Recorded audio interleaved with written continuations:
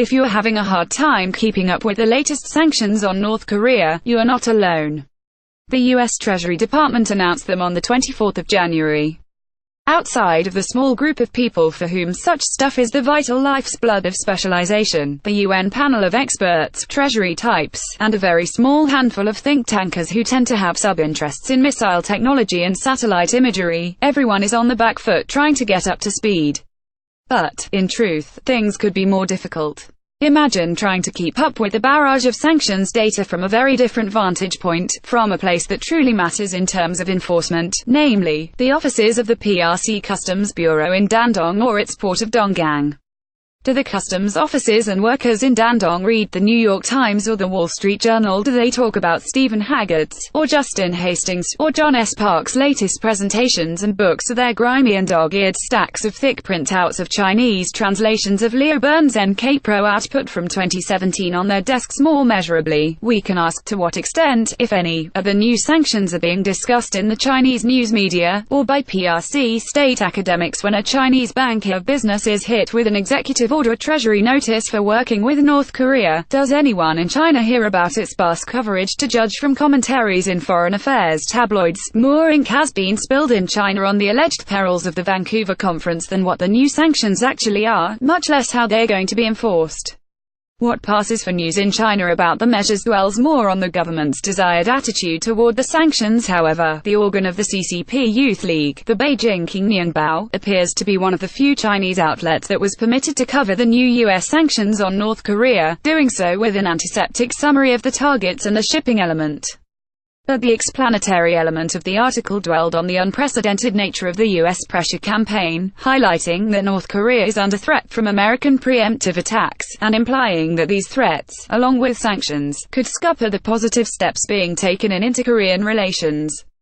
When a Chinese bank of business is hit with an executive order, a Treasury notice for working with North Korea, does anyone in China hear about it? Photo by NK_News_HQ. In other words, no corroborating details were given, much less further research encouraged. Most of all, the Chinese coverage of the new sanctions pointedly did not mention the location on Chinese territory of a handful of the North Korean representatives, which included some North Korean officers which had extended up the Yalu River beyond Dandong and into small PRC cities in Jilin province like Jian and Linjiang. Instead of great detail about the sanctions, what passes for news in China about the measures dwells more on the government's desired attitude toward the sanctions. Take this PRC Foreign Ministry statement from the 26th of January. I have taken the Chinese version of the remarks as the basis and therefore modified the MFA's official translation. Western intelligence officials have said that, according to shipping records, North Korean ships have been violating relevant UN Security Council resolutions and transporting coal from the DPRK to Russia. Moreover, evidence exists that Chinese ships were involved in this action which I have just mentioned. Are you not aware of the involvement of any Chinese ships in this trade? If you are, what measures are the Chinese side taking to prevent it? I don't know about the specific situation you have mentioned. China's position is very clear.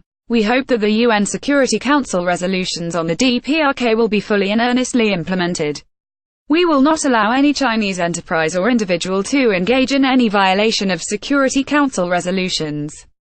If confirmed by undeniable evidence that relevant enterprises or personnel from the Chinese side are engaged in activities that violate the resolutions, the Chinese government will certainly, in accordance with the laws and regulations, deal with them strictly. The formula seems clear enough. It is a profession of ignorance followed by the familiar grooves of a policy position, then followed by a semi-interesting statement whose argot about undeniable evidence is simply a repeat of the Chinese ambassador's swipe at the UN panel of experts at the Security Council vote of the 29th of November 2017. And it concludes with just enough tough talk to be included in a balanced piece of reporting on the matter. No wonder that there are still so many gaps in our understanding of what has happened to Ma Xiaoyong, perhaps the most prolific violator of UN sanctions on North Korea to be taken down in recent years. The anti-corruption campaign to get somewhat closer to the day-to-day operation and policy initiatives which are presently the concern of public security and customs officials in Dandong and along China's border with North Korea. We have to dip into the very cold waters of Chinese domestic politics.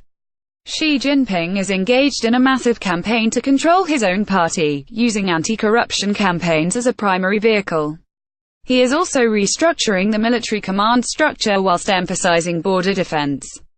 Local cadre in the border region have every reason to be vigilant about North Korea-related business illegality. Perhaps in order to become more visible in China, North Korean sanctions enforcement will need to align with ongoing CCP initiatives in the border region, and in the cities like Shenyang where DPRK firms have set up shop. Namely, the language, framework, and context for sanctions enforcement in China need more discussion. To put this in terms of our imagined Dandong customs post, is it possible that they, the people who actually have the most influence over how UN sanctions on North Korea are carried out, are more concerned with fluent ink and existentially sensitive to anti-corruption directives from Beijing rather than what to them amounts to extraterritorial UN Security Council or US Treasury Department mandates? Local cadre in the border region have every reason to be vigilant about North Korea-related business illegality. In Changbai, just across from Hysan, the Chinese Communist Party secretary was placed under investigation for a host of corrupt actions, none of which explicitly were linked to North Korea, but which certainly sent a shiver through the local party just a few days after a new round of sanctions on North Korea landed.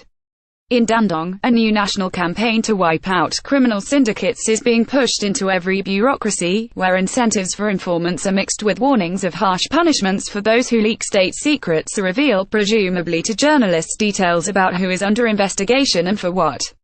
North Korean sanctions enforcement will need to align with ongoing CCP initiatives in the border region. Photo, Kremlin.ru. Given the amount of money sloshing around Dandong and the new emphasis on going after cadre who serve as umbrellas for criminal activities, it is fairly remarkable that more is not known about who has fallen under investigation while doing business with North Koreans. It may never happen, but it might also be a matter of time, or of asking the right questions of one's Chinese interlocutors. One last historical angle bears mentioning.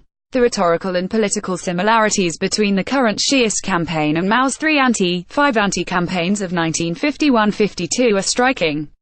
Skeptics who find this observation a parallel to be a stretch when it comes to the anti-corruption campaign's relevance to North Korean sanctions are encouraged to look back again to the Korean War. In Volume 1 of Mao Zedong's Nianpu, published in Beijing 2013, the sources show that corrupt Chinese activity and CCP anti-corruption activity stretched regularly over the Yalu and Tumen rivers and into the Chinese supply chain to the embattled North Korean state. One personality cult takes its cues from another. After all, the US beating on the Chinese door over the need for contingency planning seems to have yielded at least a few small gains. Trying to stay current with sanctions developments is hard for scholars, but living under sanctions is certainly a far more difficult task. At the end of the day, in whatever way the sanctions literature and news is framed, and whatever the Chinese do or do not, the importance of the sanctions rests in how they are received and adapted to in Pyongyang and around the DPRK. Kim Jong-un's statement of the 12th of January at the State Academy of Sciences was particularly striking, not just for its defiance of sanctions, but his public willingness for the North Korean population to live under sanctions for the entire 21st century if necessary. Naturally, this statement was also not covered in Chinese state media, as it might have draped a wet blanket over the Olympic good feeling and implied that Chinese policy toward North Korea had not resulted in the moderation of Kim's goals. So apart from reading and seeing Chinese interests more widely with respect to North Korea in the border region, what can be done? The US beating on the Chinese door over the need for contingency planning seems to have yielded at least a few small gains. Unfortunately, the same does not appear to be true about the mechanics and the reception of North Korea sanctions in China. Perhaps US Treasury officials could be allowed to travel to smoggy Beijing or Seoul for some roundtables with Chinese academics and officials in order to discuss the broader issues around sanctions and sanctions enforcement. I assume these American patriots would bring some large binders of material to share with their counterparts, and would listen carefully to what details could be gleaned in between and after the prepared statements. Finally, non-satellite-based data about Chinese sanctions enforcement is hard to come by, but some new questions are worth asking, because they have obvious implications. Sanctions drives that can be hooked in some way to the ceaseless project of CCP power consolidation probably have a better chance of being enforced. Edited by Oliver Hutham.